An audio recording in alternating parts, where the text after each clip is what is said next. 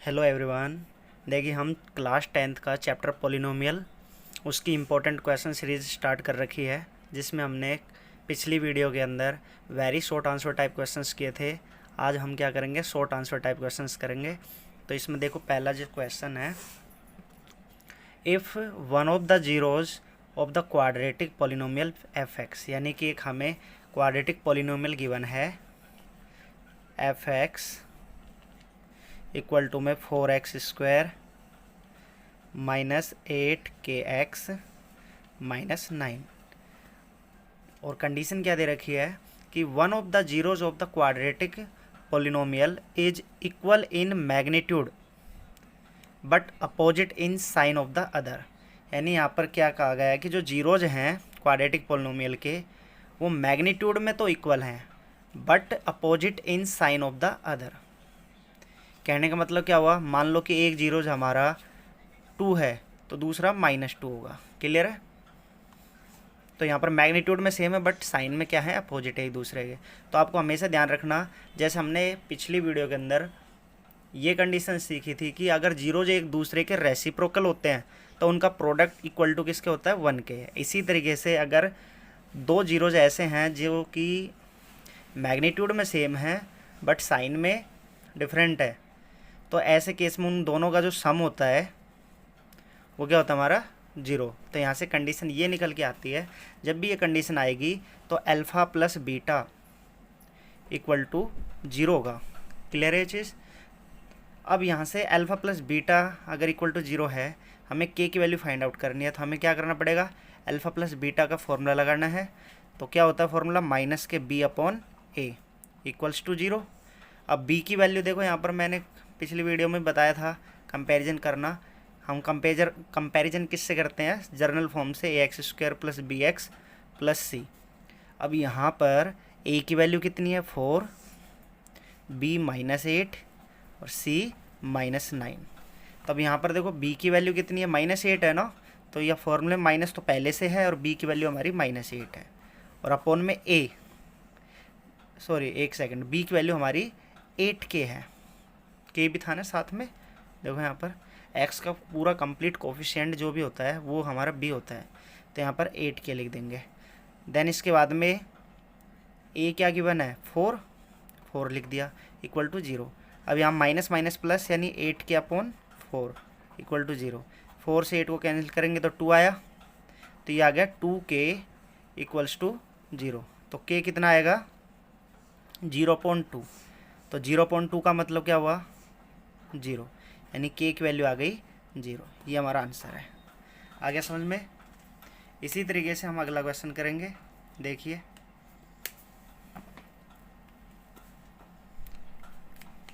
अगला क्वेश्चन है,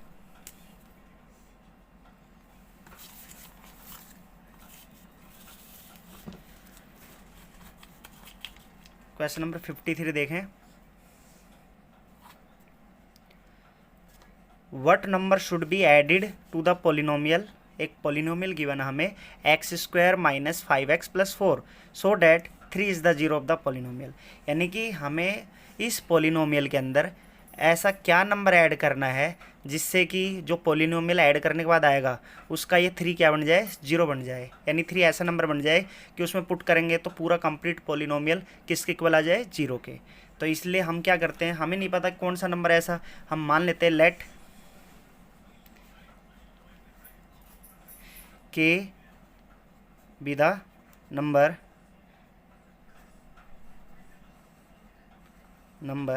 to be added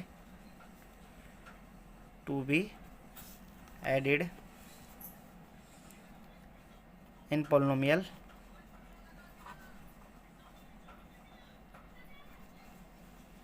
f(x) equal to 4x² -8k, sorry ये नहीं है, क्या नंबर है, x² -5x + 4।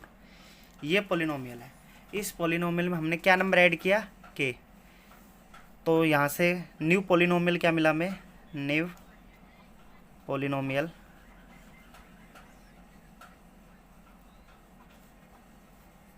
x² - 5x plus 4 plus के। क्लियर है? के ऐड कर दिया।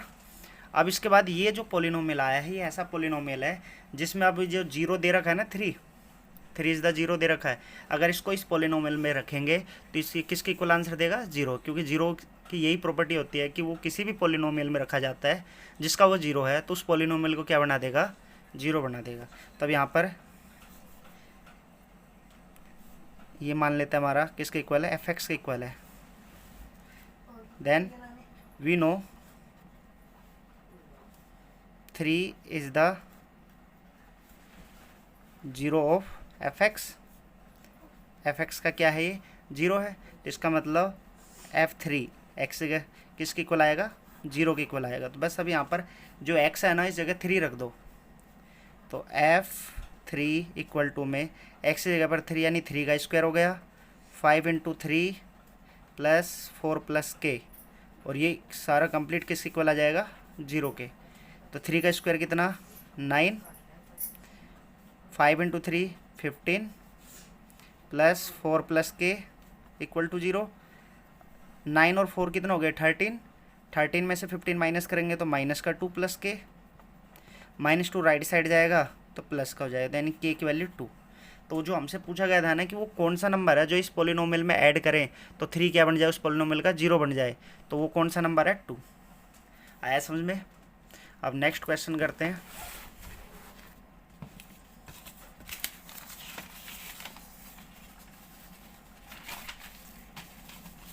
देखो अगला क्वेश्चन है,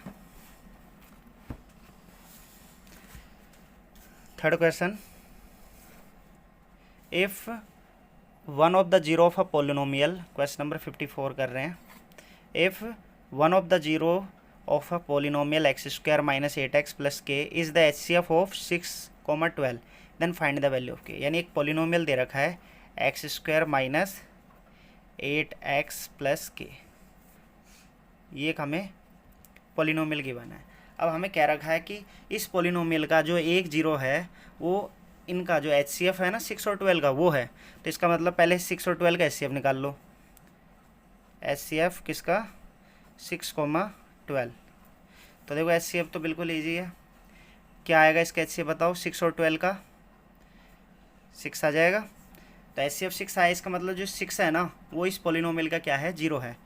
तो इसका मतलब फिर से अगर 6 इस पोलिनोमियल का जीरो है तो हमें पता है कि इस 6 को अगर x जगह रखेंगे तो जीरो की इक्वल आ जाएगा, क्योंकि कंप्लीट पोलिनोमियल क्या बन जाएगा? जीरो के। तो अब हमें क्या करना है? बस इस पोलिनोमियल में x जगह पर 6 रखना है। तो p यहाँ x जगह 6 रख दिया, 6 का स्क्वायर माइनस 8 इंटू 6 प्लस के, और ये p6 की वैल्यू क्या है? जीरो, यानी इक्वल टू जीरो आ जाएगा। तो 6 का स्क्वायर 36 माइनस के 48 प्लस के इक्वल टू जीरो। 36 में से 48 माइनस किया तो माइनस का 12 प्लस के इक्वल टू जीरो, तो के की वैल्यू कितनी आ गई? 12। आया समझ में? अब नेक्स्ट क्वेश्चन करते हैं।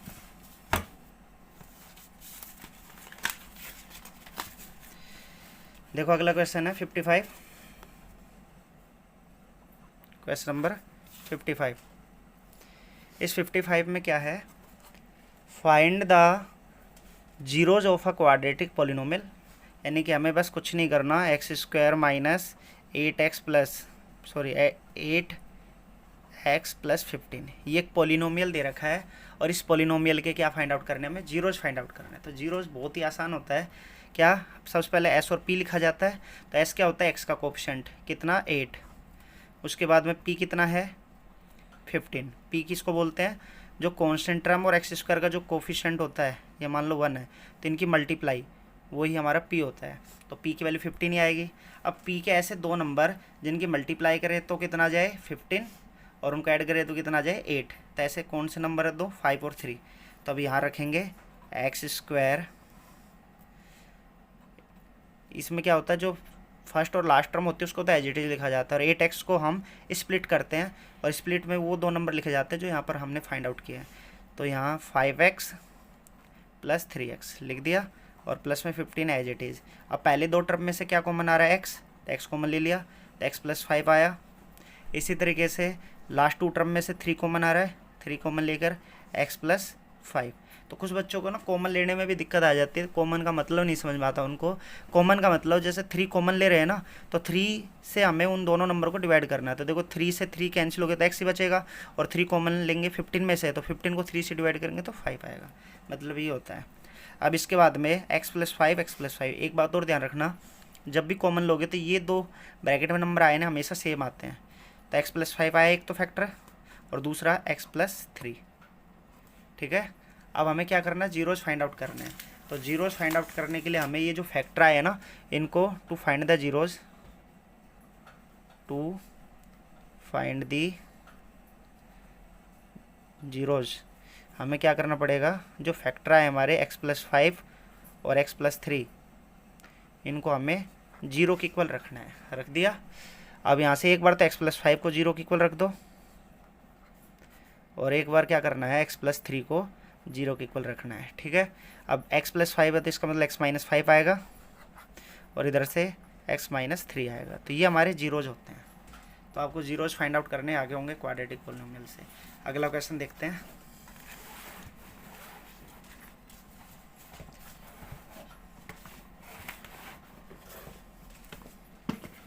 एक सेकंड। देखो अगला क्वेश्चन है,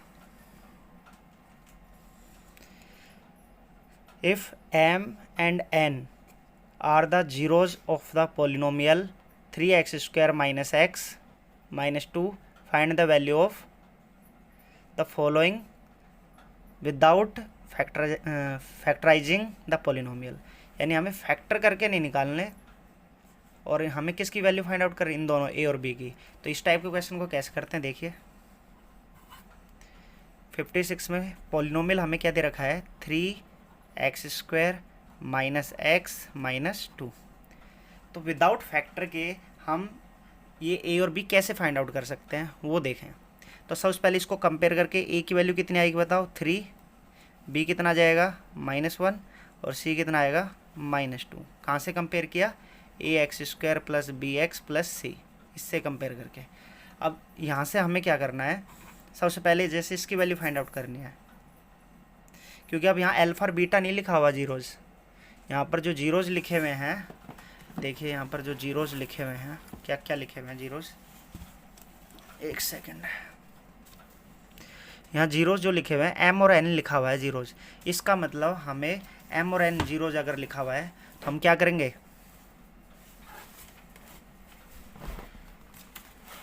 जैसे अल्फा और बीटा लिखते थे ना, अब अल्फा और बीटा नहीं लिखेंगे हम, m और n जीरोज हैं, इसका मतलब हम m+n का फॉर्मूला वही सेम -b/a। तो जल्दी से बताएं b की वैल्यू कितनी, माइनस फॉर्मूले का और -1, a कितना 3, माइनस माइनस प्लस हो जाएगा, इसका मतलब 1/3। क्लियर है। इसके बाद में हम m×n निकालेंगे, m×n क्या है, c/a। तो c/a, c की वैल्यू कितनी -2, और a कितना 3, तो ये हमारी m×n आ गई, ठीक है। अब हमें फाइंड क्या करना है क्वेश्चन में, देखो सभी क्वेश्चन में फाइंड आउट क्या करना है, 1/m, a में हमें फाइंड आउट करना है 1/m + 1/n। तो एलसीएम लेंगे तो m×n आएगा, तो यहाँ पर n+m, m+n या n+m एक ही बात होती है। तो यहाँ पर देखो m+n की वैल्यू कितनी है, कितनी 1/3, तो 1/3 रख दी। इसी तरीके से m×n की वैल्यू कितनी आई, -2/3, ठीक है। 3 से 3 कैंसिल, तो कितना आया -1/2, ये हमारा आंसर आ गया। इसी तरीके से इसका जो बी पार्ट है, बी पार्ट में क्या फाइंड आउट करना है, m² + n², ये फाइंड आउट करना है। तो m² + n² का जो फॉर्मूला होता है ना, m+n का होल स्क्वायर -2mn, ये फॉर्मूला होता है। अब इसके अंदर m+n की वैल्यू कितनी है, m+n की वैल्यू हमारी 1/3 है, तो 1/3 लिखकर उसका होल स्क्वायर रख दिया, और -2 × mn की वैल्यू कितनी है, -2/3 है। क्लियर। तो 1/3 का होल स्क्वायर कितना आया, 1/9, और माइनस माइनस हो जाएगा प्लस, और मल्टीप्लाई करेंगे तो 4/3, ये आया। 9 और 3 का जो एलसीएम है, हमें 9 और 3 का जो एलसीएम है वो कितना आएगा, एक सेकंड रुके,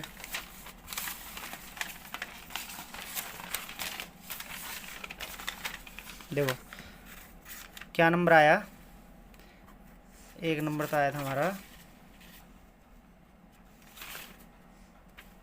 1/9 और एक 4/3, 1/9 एंड 4/3 ये नंबर है। तो एलसीएम लेंगे तो 9 आएगा एलसीएम, तो 9 1 जा 9 यानी 1 प्लस 3 3 जा 9 और 3 की मल्टीप्लाई 4 करेंगे तो 12, तो कितना आया 13/9। इसका मतलब हमें m इंटू एन की वैल्यू कितनी मिल गई, m इंटू एन की नहीं, m square plus n square की वैल्यू 13/9, ये हमारा आंसर है। आया समझ में? नेक्स्ट क्वेश्चन करते हैं।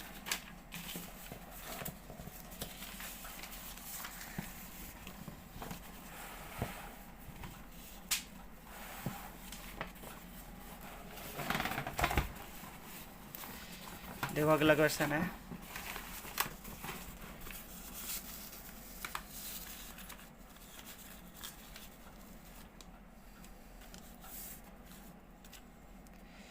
फाइंड, क्वेश्चन नंबर 57 कर रहे हैं। Find a quadratic polynomial whose zeros are reciprocal of the zeros of polynomial f x.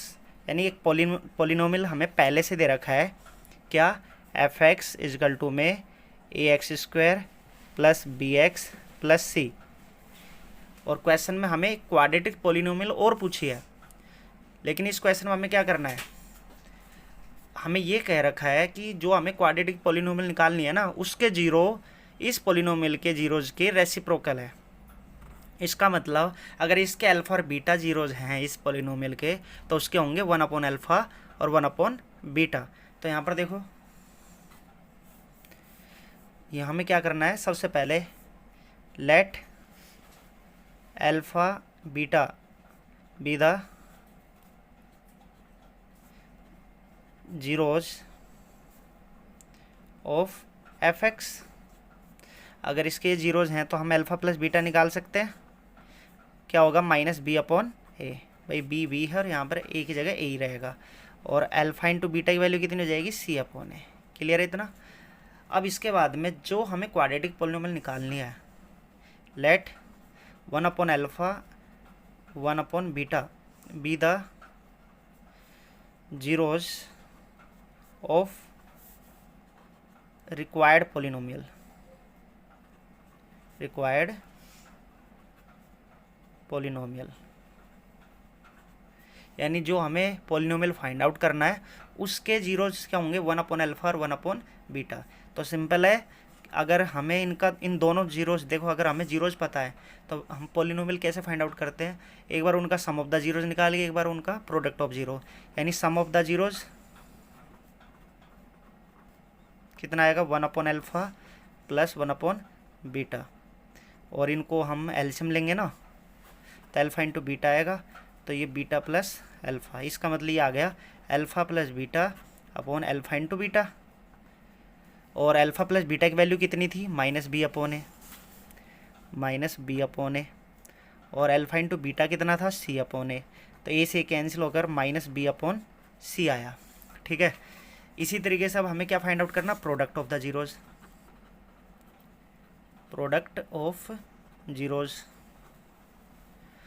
वो क्या होगा, अल्फ़ा यानी कि 1/अल्फ़ा इंटू में 1/बीटा, तो इसका मतलब ये हो गया अल्फ़ा इंटू बीटा, ये आया। अब यहाँ से हमें फॉर्मूला लिखना क्वाड्रेटिक पोलिनोमियल का, तो क्वाड्रेटिक पोलिनोमियल क्या फॉर्मूला होता है, के x square minus sum of zeros x, इसी तरीके से product of zeros, product of zero. ठीक है, अब यहाँ पर वैल्यूज रखनी और कुछ नहीं है इसमें, तो के बताओ x square minus sum of zeros कितनी आई है, माइनस के बी अपॉन सी, और एक माइनस पहले से है इसमें, प्लस इसके बाद में प्रोडक्ट ऑफ जीरोज कितना आया, देखो 1/α इंटू बीटा था ना, तो यहाँ पर 1/α इंटू बीटा की वैल्यू कितनी है, C/A, C/A। तो ये कहाँ चला जाएगा ऊपर, यानी A/C आ जाएगा, ये A यहाँ 1 के साथ मल्टीप्लाई में, तो A/C आएगा। तो यहाँ से प्रोडक्ट ऑफ जीरोज को क्या रखेंगे, A/C, ठीक है। देन इक्वल टू में K x² प्लस का हो जाएगा ये माइनस माइनस, तो B/C x plus A/C equal to में क्या बताया था, जब भी डिनोमिनेटर में कोई नंबर है तो हमें एलसीएम लेना पड़ेगा, तो एलसीएम ले लेते हैं। एलसीएम लेंगे तो K C x² हो जाएगा, यहाँ पर BX और यहाँ A और अपॉन में C। फिर इस C को हटाने के लिए क्या करते हैं, K को भी हम C मान लेंगे, तो let K equal to C। तो K की जगह जब C रखोगे तो C x² प्लस के BX एंड प्लस का A और अपॉन में C से C कैंसिल होकर ये जो बचा ये हमारा क्या हो जाएगा, आंसर। आया समझ में। तो ये भी पिछली बार 2020 में CBSE में आया हुआ क्वेश्चन।